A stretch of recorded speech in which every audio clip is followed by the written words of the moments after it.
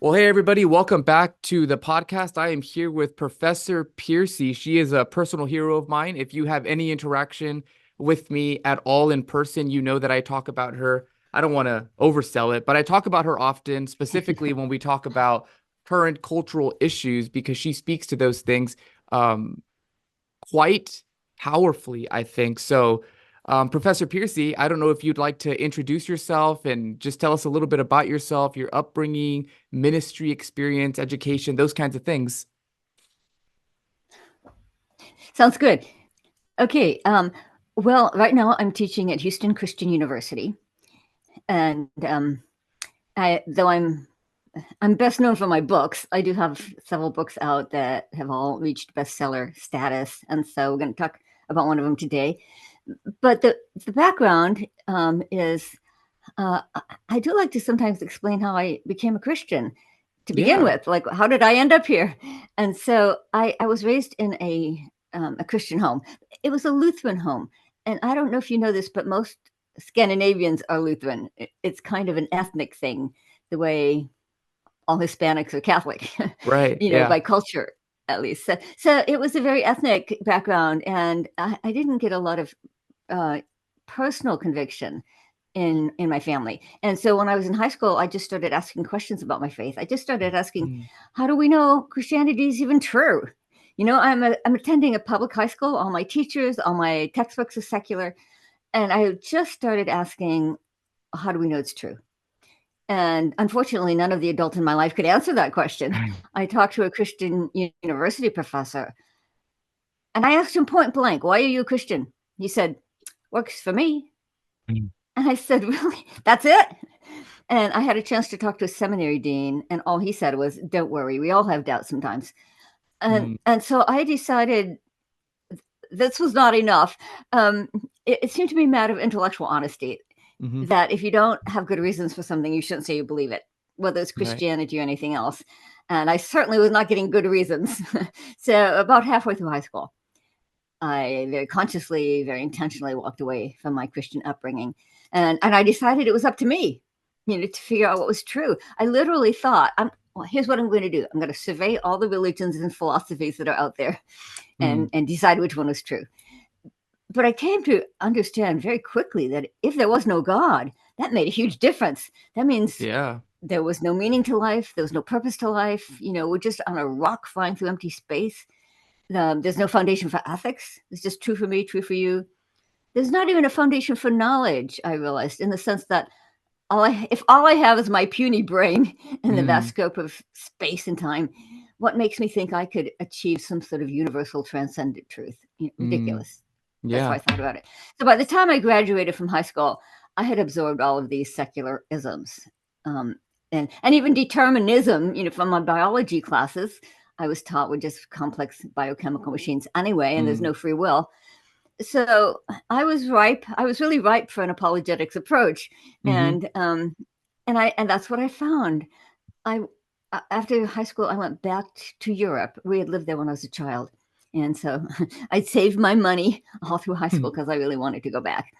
And while I was in Europe, I sort of stumbled across the ministry of Francis Schaeffer, which is in Switzerland, and Hmm. Schaeffer is known for his apologetics. Hmm. And so I was extremely surprised. I had no idea that Christianity could be supported by any sort of good reasons or Mm. arguments. I had no idea that it had answers to all the secular isms, the secular philosophies, the secular ideas that I had absorbed by that time, and that it gave better answers, Yeah. right? So I was really blown away. Now it took a while. I have to say, yeah, I didn't want to give in too quickly because Christianity had already let me down once, so I wasn't going to make this decision quickly. I took a year and a half, but yeah, it was through being at L'Abri. Oh, I didn't say the name of the ministry. Francis Schaeffer's ministry is called L'Abri, which is Hmm. French for the shelter. And so it was Francis Schaeffer and his apologetics that is the reason I became a Christian. And that's Mm. why now that's all I do, basically. I teach apologetics in my classrooms. I write about apologetics in all my books. And I just have such a heart for young people who had the kind of questions that I had when Hmm. I was little. Wow. Did you get to interact with Francis Schaeffer while at L'Abri? Well, he was there. I was a bit shy, so Yeah. I I didn't approach him directly very often. But yeah, he was there. So he did two things that were sort of for the whole ministry. Every Saturday night we had a discussion group, and and then of course every Sunday I heard him preach. So I did interact with him on that level, asking questions during the Saturday night discussion, um, and and of course I was interacting with people that he had directly trained as well, in small group discussions and so on. Um, but it was great because he was a presiding influence still. You see, what was different about L'Abri was he wasn't just, you know, a talking head, like somebody Mm, who comes into a conference and speaks and then goes home and you really don't know what he's like. But mm, L'Abri began very organically as a place where people actually come and live for a while. okay. And so I was there a total of 5 months. And this happened very organically as his children grew old enough to go to the university, Lausanne University. Um, they would talk to their friends, and the friends would have questions about God, and they would say, "You should talk to my dad. He's really good with those kind of questions."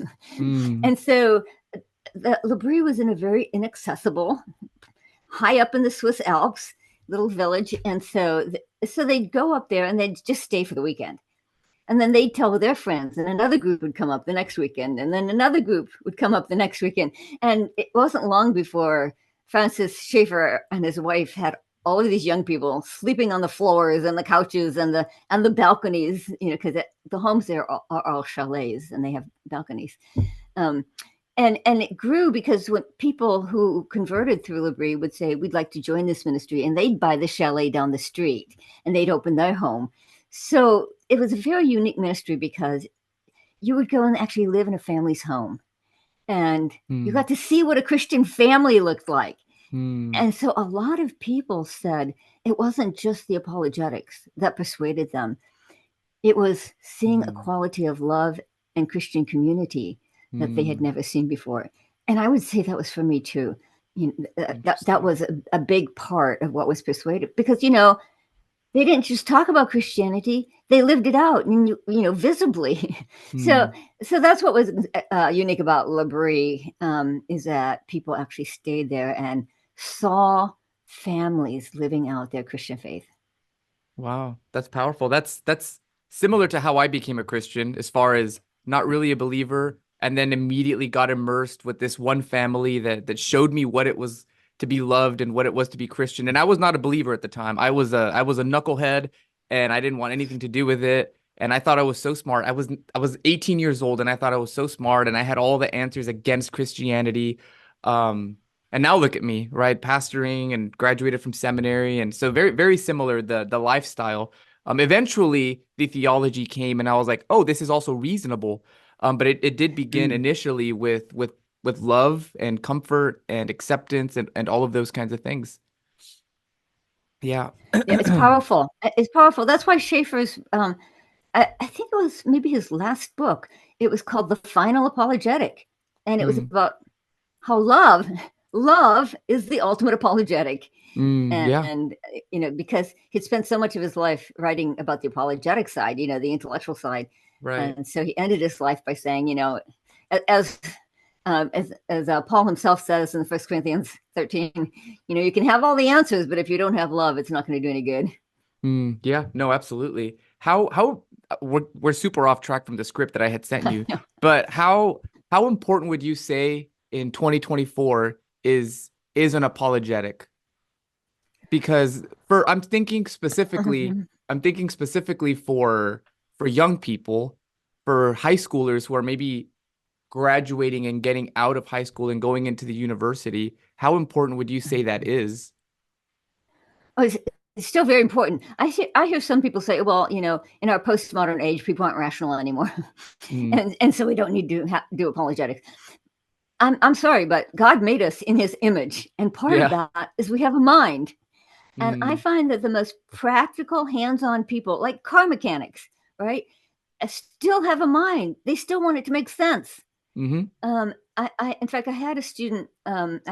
He was, I think, he was a freshman. He was quite young, and he was in my theology class. And he he was an athlete, and so his goal in life was to be a physical trainer and open a gym. And you would think maybe that was the kind of person who wasn't very intellectually oriented. But I in this theology class, my slogan was, "For every what, you need a why." For Mm, every Christian doctrine we teach, I am going to give you an apologetic argument for it, which we mm, did. Right. So the course itself opened with the creeds. I believe in God the Father, maker of heaven and earth. And I said, well, how do we know He's the maker of heaven and earth? And we went mm, through the cosmological argument and the fine-tuning argument and the moral mm-hmm. argument. And this student, this athlete, came up to me the second week of class and said, "This is now my favorite class." I had no idea. I had no Yeah. idea Christianity could be defended rationally. And so I think it's how it's presented, right? I mean, you can't present it in a totally, academic egghead way, Mm-hmm. but that's true for most people, right? Most people are Mm-hmm. not academic. So it's how you present it, but we have to have respect for people made in God's image. Do you know what one of his favorite line was, "We need to give honest answers." Principle. And I so appreciated that, because when I was going through my stage of giving up Christianity, I did not meet any Christians who Mm, said, who welcomed my questions. I was usually made to feel that there was something wrong with me. That what's wrong with mm, you that you just don't have faith? And there was no respect for Christians. If anything, it was the opposite. Do you know what people would say? Well, maybe you really have a moral problem. mm, There was the assumption that it's just that you want to party on the weekends. You don't like Christianity because it gets in the way of your sin. mm. You want to drink and sleep around, right? That's why you're questioning Christianity. And actually, that was not the case for me. It really was an intellectual a Yeah. search. And Schaeffer was the first person who honored that. And when I arrived at L'Abri and they actually welcomed my questions, you know, that was a novelty. I'd never encountered that. So Yeah. yes, I do think apologetics should still be an important part of the way we approach people. Wow. Thank you for sharing. I appreciate that. And speaking of you mentioned, we still have to treat people with respect. There's still divine image bearers and all of that. And I'll just say this, and this isn't just to like flatter or anything. But one of the things that I appreciate specifically about Love Thy Body is that you are discussing some really sensitive and difficult subjects for people, but you do it in a way that's gracious and compassionate and caring. And before I discovered you and your writing ministry and all of those things, I didn't know where to find information like this really. So, the most obvious people that are out there are people from like the Daily Wire and those kinds of people. And they do not have the grace that you have, I'll just say. So it's been really refreshing to find a really biblically centered, theologically centered perspective, but also that acknowledges the high value that God places on people and tries to have people see that. Because often I think the conversation just turns into belittling and, oh, they're just crazy. Oh, they have no reason. Oh, they're just satanically influenced. Like they're just a lost cause. Whereas you're actually saying the opposite. Like, no, there's a higher standard, and I want you to lean into the life that God would have for you.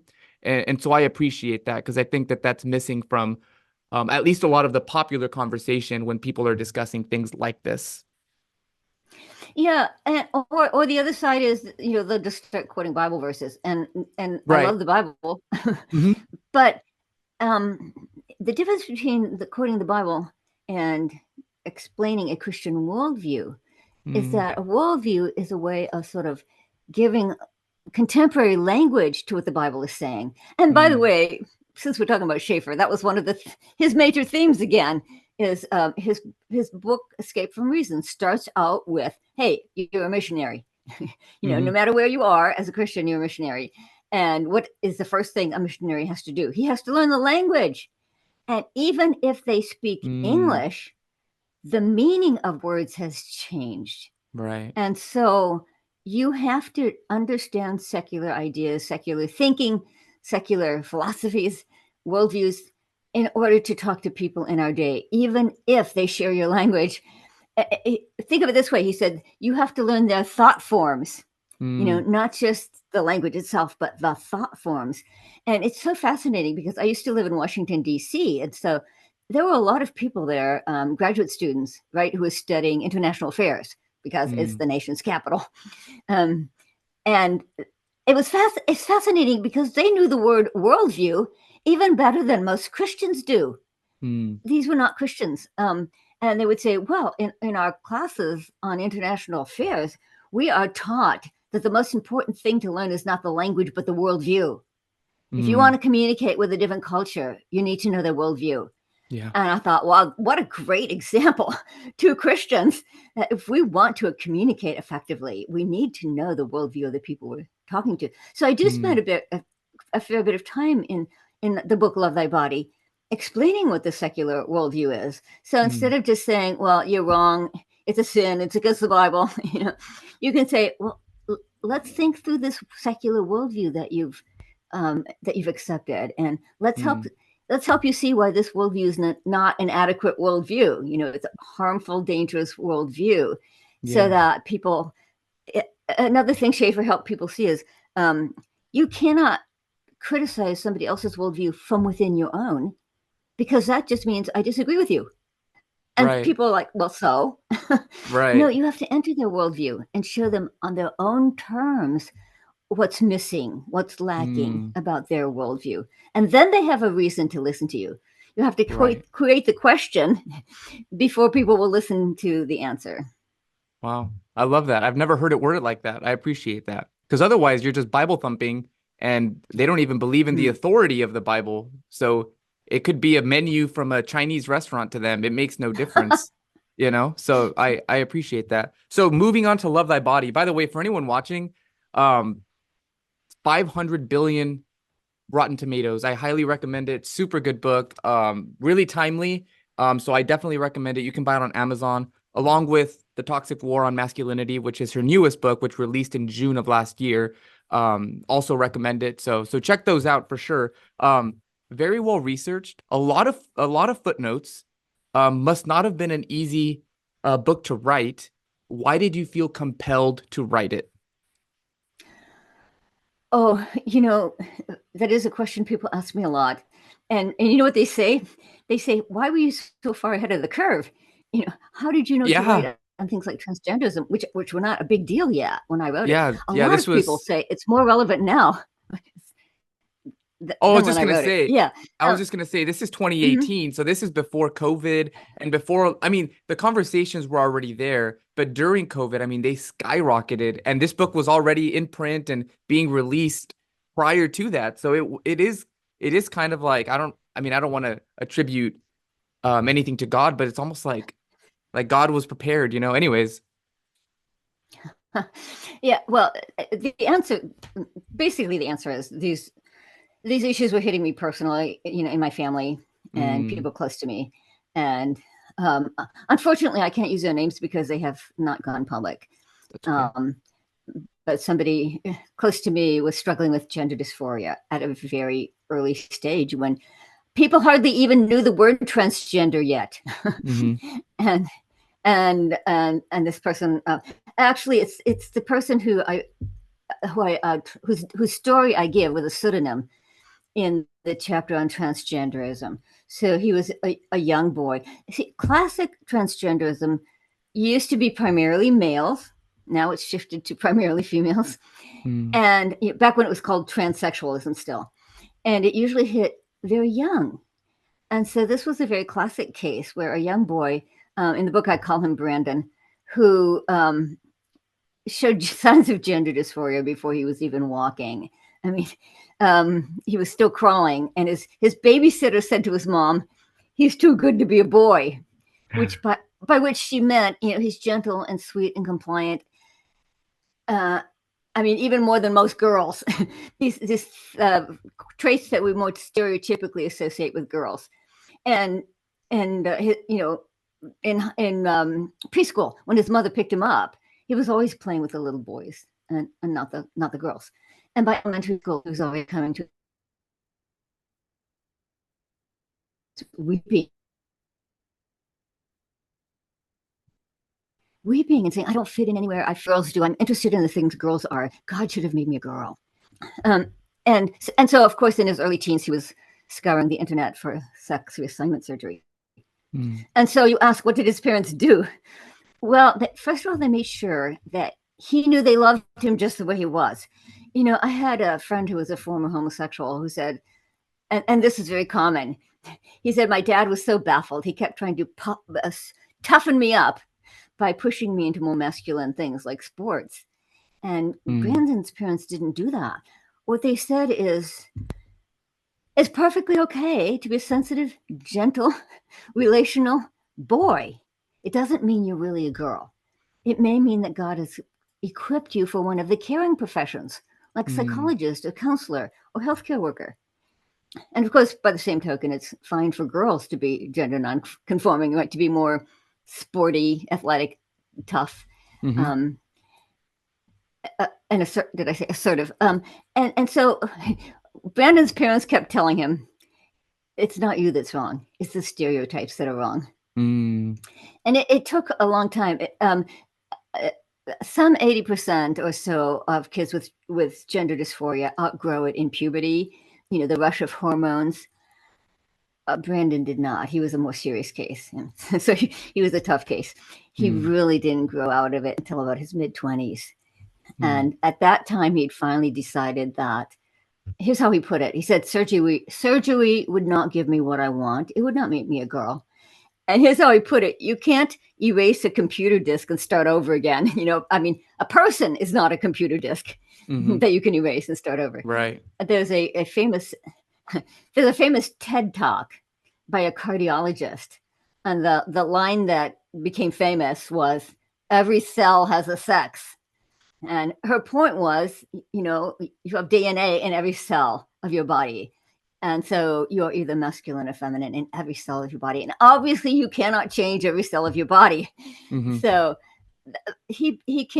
Brandon came to see that scientifically it was impossible, that he was a bit of an outlier psychologically, but that did not make him a girl. And so, and I have to tell you, Victor, he said the toughest places are Christian centers, like churches and youth groups and that kind of thing. He said, it's almost as if the church is standing so hard against, you know, the sort of androgyny that is popular in our culture. They go the opposite direction. And, you know, like he tried to, his friends in high school, his friends started a Christian manhood group.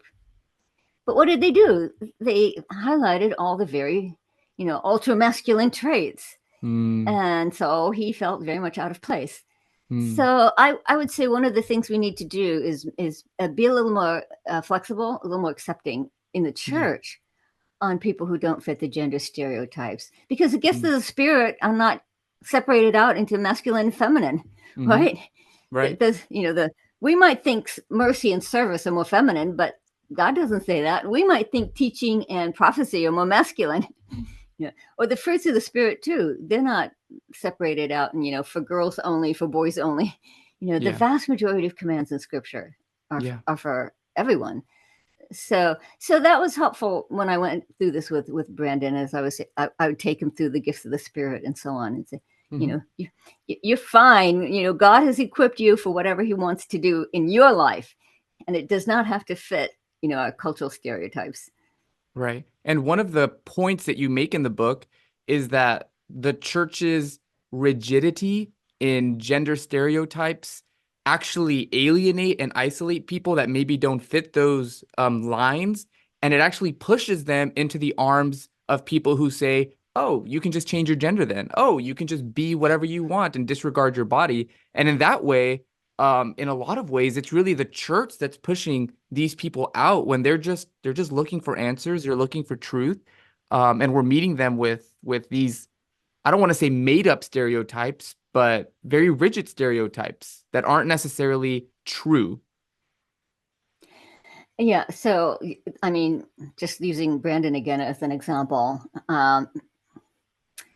So he's a Christian, but he does not associate a lot with other Christians because of those rigid stereotypes. And it is true. I've met several young people, and it's much more common now, right? So now I've met a lot of young people who are working through gender dysphoria in some way or another, and it is true that for many of them, it's the cultural stereotypes that's driving them away.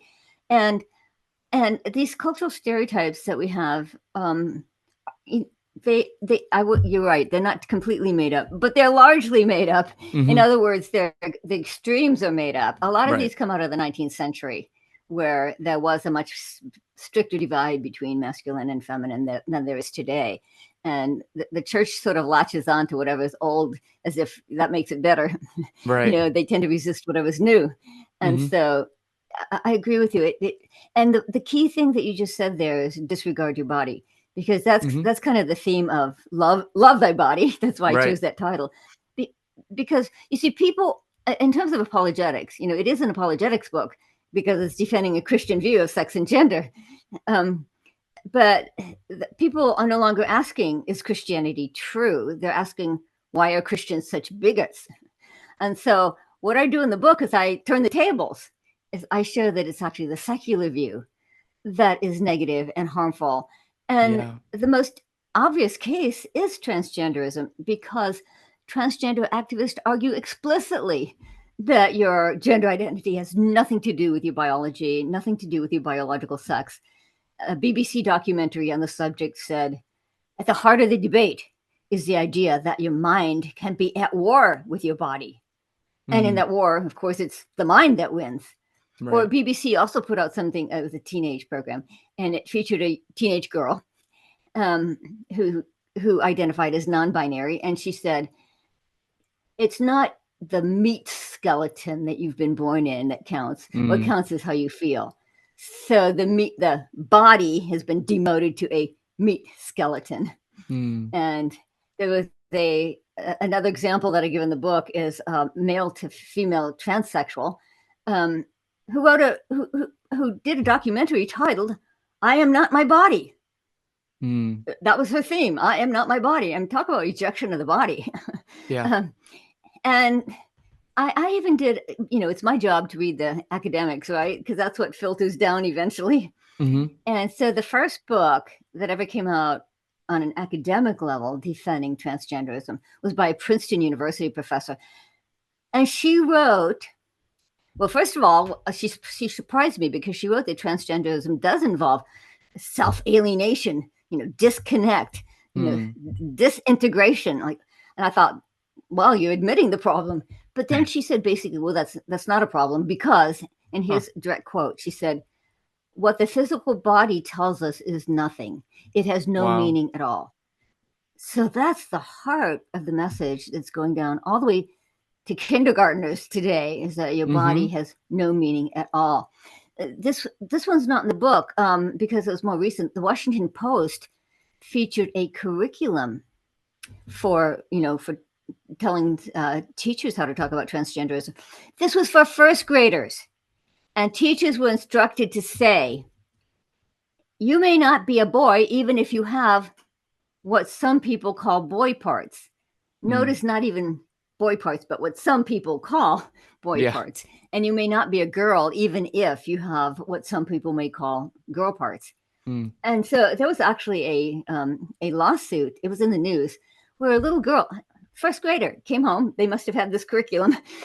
She came home and said, Mom, my teacher told me just because I have girl parts doesn't mean I'm a girl. So, and she literally said to her mom, please take me to a doctor so we can find out what I am. Oh, man. And the reason it was in the news, exactly. The parents were taking the school to court for emotional distress, which is why it was in the news. But so that is an extreme rejection of the body. And like you said, our response as Christians then, how can we craft a positive response? We're known for our negative responses. It's a sin, it's wrong, something's wrong with you. But this gives us a wonderful opportunity to communicate that the Bible gives a very high view of the human body. It's a creation of God. It's his handiwork. It has value and dignity. And the counter to transgenderism is to say, actually, as Christians, we accord a very high dignity, meaning, and significance to the human body. I read this also is not in the book because so much has happened since the book. So I have lots of examples. But this one was a young girl who had she had transitioned to boy at age 11. and had lived as a trans boy for 3 years, and then at age 14 recovered her identity as a girl. And she had an interview on a website, and here's what she said. The turning point came when I realized it's not conversion therapy to learn to love your body. And I thought, wow, what a That's great good. quote. Yeah. A book titled Love Thy Body. That is what we need to be communicating. And this was a secular girl from on a secular website, from the mouths of babes. She saw that the heart of the debate over transgenderism is the value and dignity of the body. Wow. I don't know if you're familiar with it, but there's a term for when people have sex, and they call it now it's called a body count. So people ask each other, what's your body count? What's your body count? Right? Which, in case someone watching doesn't know, that's a borrowed military term. A body count, that's your confirmed kills in the military. And we've replaced making love, having sex, whatever you want to call it before. And now it's become, oh, what's your body count? How many people have you conquered? And again, just speaking to the devaluing of the body to the point that it's not making love anymore. It's a body count. So I that's saw, wonderful. Yeah, that's a really good insight. I do have a whole chapter in my book on the hookup culture and how it, like you said, how it denigrates the body. And I have quotes from young people. I research places like Rolling Stone magazine and have quotes from college students who say things like, one college student said, hookups are very scripted. You learn to turn everything off except your body. You keep yourself emotionally invulnerable. So it's kind of that same split. Like, okay, my body's doing one thing, but it doesn't affect who I am as a person. right. Or another college student said, the mistake people make, these are direct quotes, is that they think that there's two elements in a relationship, one physical and one emotional, and they pretend like there are clean lines between them. And so that split mindset of, well, my body doesn't count. Well, and here's the worst quote, actually. It was from a young man in Austin, Texas. And he told researchers, sex is just a piece of body touching another piece of body. It is existentially meaningless. Wow. And this is, a young adult, a young male. And I thought, as Christians, we have a much higher view of the body and of a physical relationship. The reason Scripture has a biblical ethic that says the most intense and the most intense, the most complete physical union is meant to express the most intense psychological union. The union of the whole person in marriage. And there's a reason for that, is because we don't want to divide the body from the person. We want to say what you do with your body should be an expression of your full personhood. And so we have to help people to see that that's what's behind the biblical ethic. Because again, how does the secular world characterize it? Oh, you're just prudes. Oh, you're just Puritans. Oh, you're just anti-sex. Well, actually, we have a much higher view of sex than the person who says sex is meaningless. The secular materialist view that views us as basically biological organisms, reproducing, driven by purely physical instincts and impulses, is a very low view of what it means to be human. And so again, Christians just don't emphasize enough that what we have is so much more attractive, so much more appealing, because it's such a high view of the human person and the dignity of humanity. Right. I think that oftentimes we being Christians, spend so much of our time just trying to get people away from something, stop doing that, stop believing that, and never really pointing them to like its fulfillment, the fulfillment of that pleasure gone wrong, right? The vision that God has for sex, for what it means to be a man, what it means to be a woman, whatever. We just try to pull people away from this, but we never point them in the right direction. I shouldn't say never, but it feels like the tendency is we're content with getting them away from it and never pointing them towards the true north. No, you're absolutely right.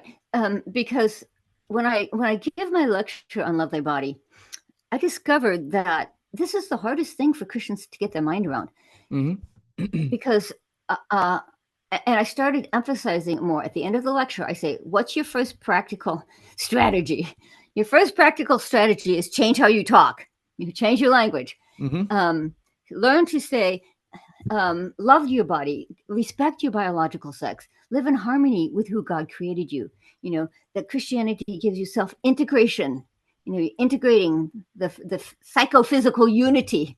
And I'll give you a few examples just to flesh this out.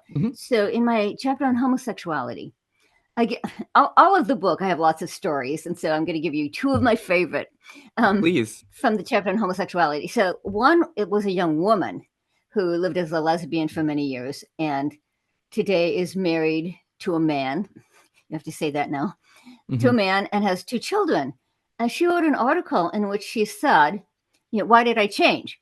She said, I came to trust that God had made me female for a reason.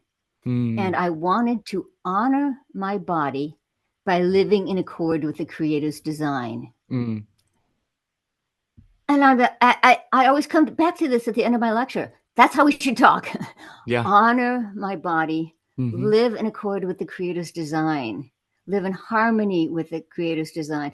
And then the other example is from a young man who grew up. His story is a little interesting because he grew up in a gay affirming family and attended a gay affirming church, so theologically liberal church. And today he's married to a woman and has 3 children.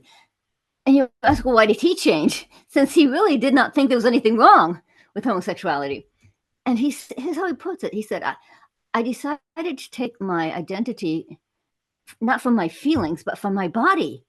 You know, I didn't try to change my feelings. That doesn't usually work. Instead, I decided to take my identity from what I already had, which was a male body, as a good gift from God. And then eventually my feelings started to follow suit. And so that is really the debate at the core of this issue is, do we live in a cosmos that's, you know, running by purely material, purposeless natural causes?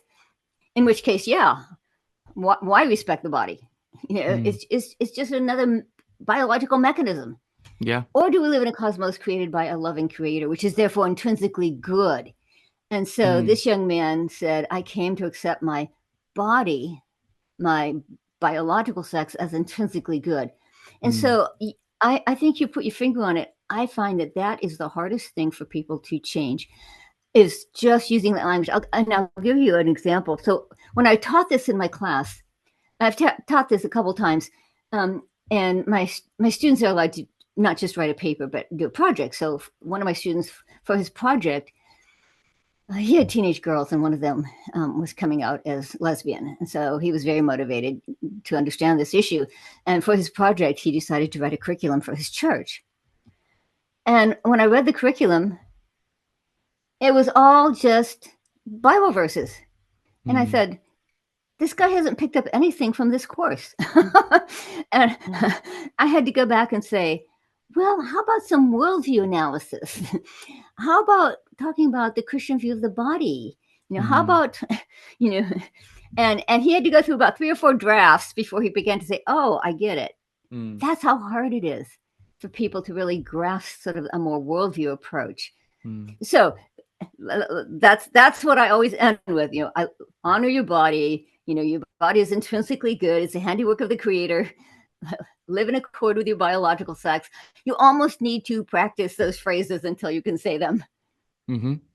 Yeah. Do you see this as just, I mean, all of the issues discussed in your book, do you see them as just being ancient Gnosticism with just kind of like a new cloak over it? Is it the same thing? Or how would you distinguish? Yeah, I'm glad a lot of people have picked up that term Gnosticism now, and I think it's apropos. And you see, and it helps us to realize the church has been up against this from the beginning. This is not completely new, because the early church also faced Gnosticism, Neoplatonism, Manichaeism. Augustine went through a period as a Manichae. And all of these isms treated this world as the realm of death, decay, and destruction. So this material world had no value.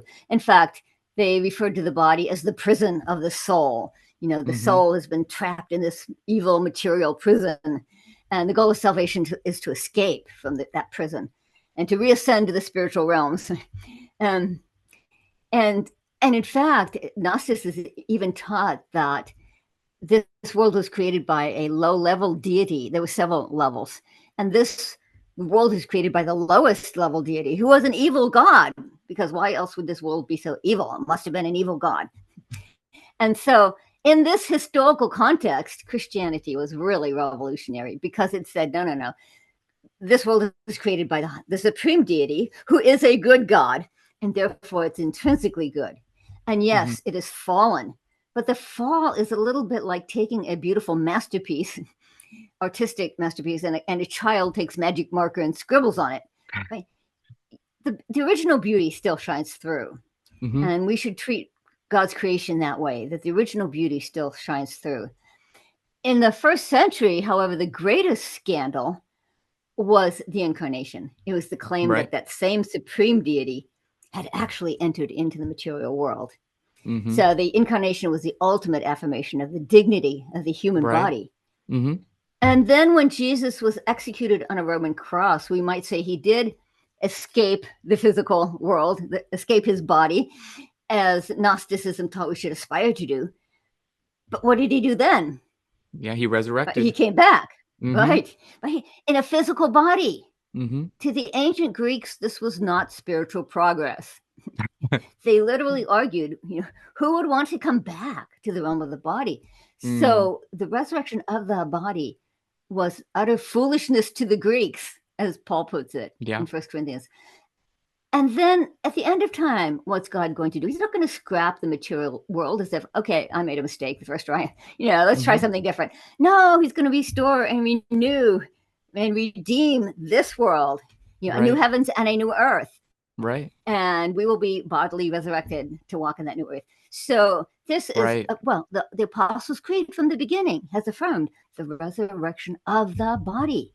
Right. That was revolutionary. I actually talked to a secular person recently, and I was saying, look, from the beginning, at the Apostles' Creed, the resurrection of the body. And my secular friend said, oh my goodness, I never even thought of that. That is a high view of the body. It's what we need to help people to see is a much higher view of the body than any other religion or philosophy. Right. And so we should be communicating this with enthusiasm, with joy, with look, this is good news. Good news is not just salvation. Good news is also creation. Yes. Yeah. We should be excited about this message. In my church that I'm currently at, I've only been here about maybe 8 months now, so I'm still fairly new. But I think people get tired of hearing me go on about the body and about the resurrection, because I talk about it a lot, and to a lot of people it can seem kind of out of nowhere because they haven't heard about it as much. But that's the last enemy to be defeated is death, the ripping away of the body and the soul, which is what people are trying to do now. They're trying to separate those, but that's exactly what death is. And our hope and salvation to come is that will be undone, and everyone whose body and soul is separated is going to be reunited again. That's what we're looking forward to. It is coming. That's, as you said, part of the good news. It's not just salvation, but it's this recreation and restoration, and we just kind of put it on the back seat. And to me, that's a half gospel. It's not true salvation unless it's bodily. So I feel like we're leading people astray there. But anyways, as you were talking, that's what was going through my head. Great insights. Yeah. So one of the lecturers at L'Abri when I was at L'Abri, his name is Darrell Miller, and he now has a ministry called Disciple the Nations. He works with development in developing countries. Anyway, he says what you just said. So I wanted to reinforce what you said, that we're giving half a gospel. And one of the ways that he illustrates it is he has a Bible where he's you don't know it when he holds it up, but he's torn out part of it, right? And so he says, we're not teaching the Great Commission, we're teaching the Greek Commission. because it was the ancient Greeks who devalued the body. And so what he does is that he pulls he pulls the gospel out and throws the rest of the Bible across the room, and he says, "That's what we're doing." Doesn't that gives a really visual impact, right? When he did this, the first time I saw him do this, like he pulls out the Gospels and throws the rest of the Bible across the room, and it's very striking. And his point is, what you just said, we're giving half the gospel. We're not giving the whole gospel. And so yeah, I totally am with you, and you can try that trick sometime if you want. Yeah, I will. Throwing half the Bible across the room. Yeah, it sounds fun. I'm sure some people. Our church is called Living Word, so if I did that at our church, I might get a couple of fists thrown at me. But anyways, I'm looking at our time, and I want to be really respectful of your time, and we're running low. So I wanted to ask this because I had never thought about this. Like the idea had never really struck until I read your book for the first time, like 3 years ago at DTS, when I was finishing up.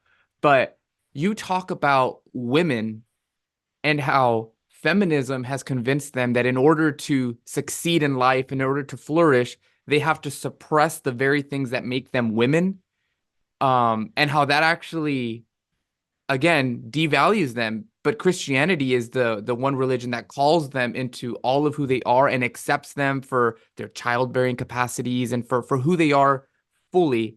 And I'm wondering if maybe you can talk a little bit more about that. And I paraphrase there. I don't mean to like put words in your mouth, but maybe you can address that.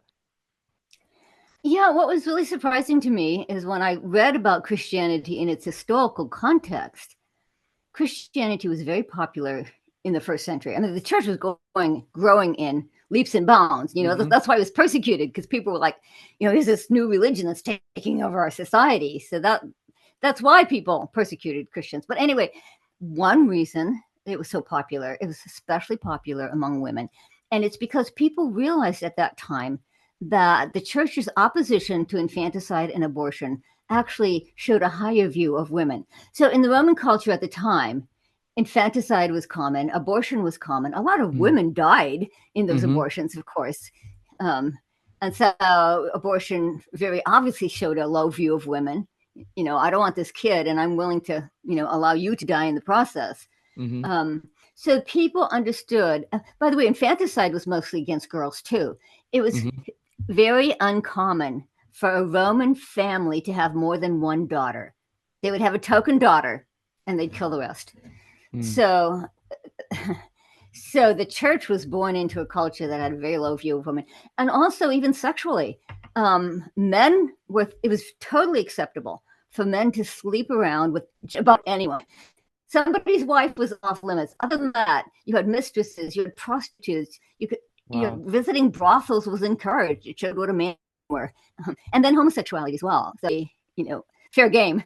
And was with among slaves, and that included male and female, adult and children. So a wife had very little status. There was nothing special about sex with your wife because the man had sex with all these other people. And so sex, there are quotes from ancient writers who say, well, we have wives so that we have legal heirs. But for sex, we got all these other options. So Christianity did two things. It said abortion and infanticide are out of bounds. We do not accept that. And right away, women knew, the church actually values my uniquely feminine biological capabilities. That was a high mark of approval, acceptance, value, dignity to being a woman. And then secondly, it said men can't sleep around, right? It was already understood that women shouldn't sleep around, right? At least married women. But the Bible the New Testament holds men to the same standard. That was revolutionary. Let me tell you, this was such a surprise to me when I read the history. Men had a hard time accepting that. In the 4th century, Augustine was still telling men that they were not to sleep with their slaves. Which he said, the quote, which is a daily occurrence, he said in one of his sermons. So this was not an easy message for men to accept. So all that to say, you are absolutely right. Women had much higher status. The person who writes a lot about this is a sociologist named Rodney Stark. He wrote a book about the origin of Christianity. And he was the first person. There you go, The Rise of Christianity. He was the first person I read who really showed how Christianity had such a much higher view of women than the surrounding culture. And his conclusion is one reason women were drawn, therefore, to Christianity, to the early church, was that they had much more status, much more dignity, much more legal protection within the Christian church than they did in the surrounding culture. So, and we have it all backwards today. We now think you have a low view of women if you want to say abortion is wrong. People say, oh, you're so anti-women. So we have to help people turn that back around and see it like the early Christians did. Yeah. And that's specifically, that specific example is what I hadn't considered, that the company that tells you hold off on having kids for 3 more years and we'll give you a promotion, they're not loving you well.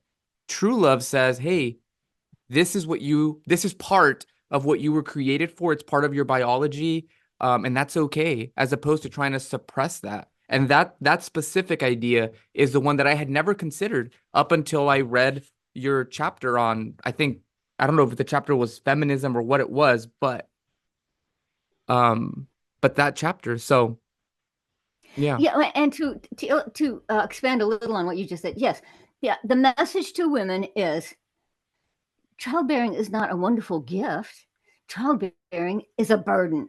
It's a liability.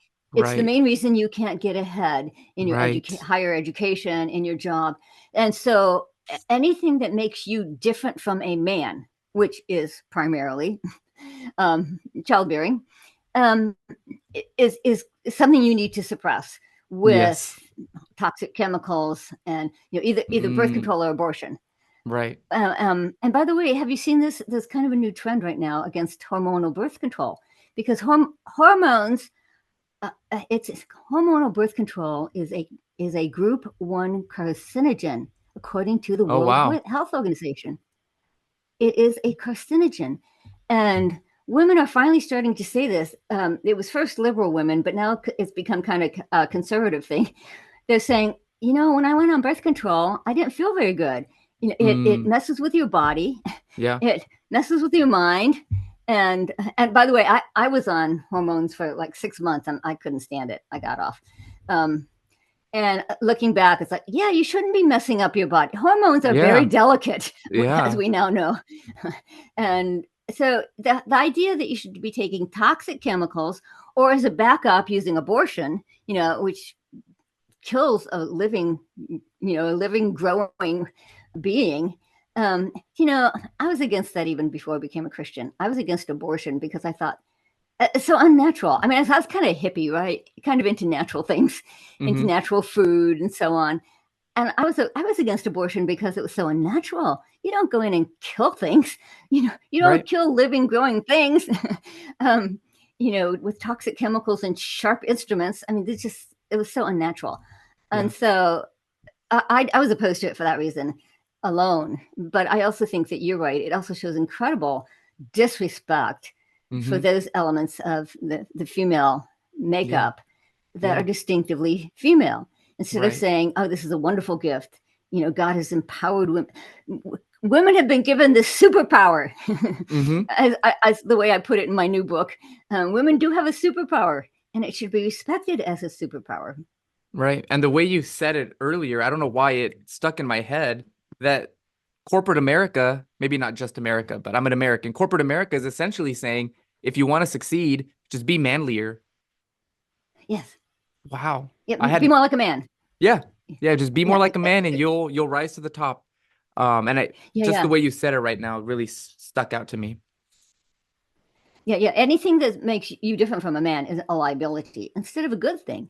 It's a liability, and it's something like you said, you should suppress with toxic chemicals and harmful surgeries and so on.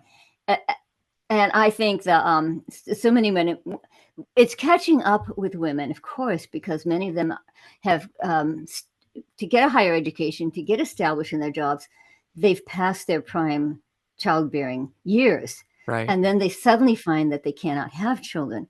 One of the women who writes on this, who I quote in that section that you're talking about, is Jennifer Roback Morris. And she's written a couple of books on this subject, and she's great. but she was a libertarian, and she was being primed for leadership in the libertarian movement. And then she realized, I'm getting too old to have kids. She and her husband were not able to have children. And it's only when you can't have them that you suddenly realize, uh-oh, there's a big part of life that I'm missing out on. Yeah. And for men and women, right? Because it's not just, women bear, their bodies, of course, are much more involved with the whole childbearing and child rearing, nursing as well. In pre-modern cultures, women do spend an awful lot of their time either pregnant or nursing or carrying babes in arms. And it's only a modern day that women are basically told, no, these are all bad things. These all hold you back. You won't have equality. Right. That's the main argument. You will not have equality unless you can suppress these things that make you distinctively female. And we have to realize that is an extremely negative message to women. Yeah. Yeah, absolutely. As opposed to our society or corporations or workplaces being accommodating for that. One of the critiques that America often gets is we have terrible maternity and paternity leave. We have terrible structures that allow you to have children. And so people feel even more pressure to not. And I think that should be the real change, is make it where it's accessible. And even if it's not, it still should still happen, but make it accessible. Don't make it a crime that your employer is gonna, demote you if you have a child. But anyways, that's a different conversation entirely. It might be useful to say where did this come from? The Industrial Revolution. Well, before the Industrial Revolution, men and women worked side by side, right, on the family farm, the family industry, the family business. And do you know? I was surprised to read this. Fathers were just as involved with their children as mothers were, and especially their sons, right? Because the sons were virtually apprentices with them in his craft or trade. And in fact, interesting historical fact, most books on child rearing were addressed to men, to fathers. I mean, today, if you go into a bookstore, most of them are to mothers. Right. But fathers were considered the primary parent. Fascinating. And so the cultural ethos focused much more on their caretaking role. And the question is, where did we lose that? Well, the Industrial Revolution took work out of the home. And of course, men had to follow their work out of the home. And for the first time, men were not working alongside their family members, people they loved and had a moral bond with. Instead, they were working as individuals in competition with other men. And so that changed the definition of masculinity, which is a big part of my next book. But what it also did is relevant to what we're talking about. For a long time, men were in the public sphere, and women had to, in a sense, fill in all the gaps left by missing fathers, right? So women were home.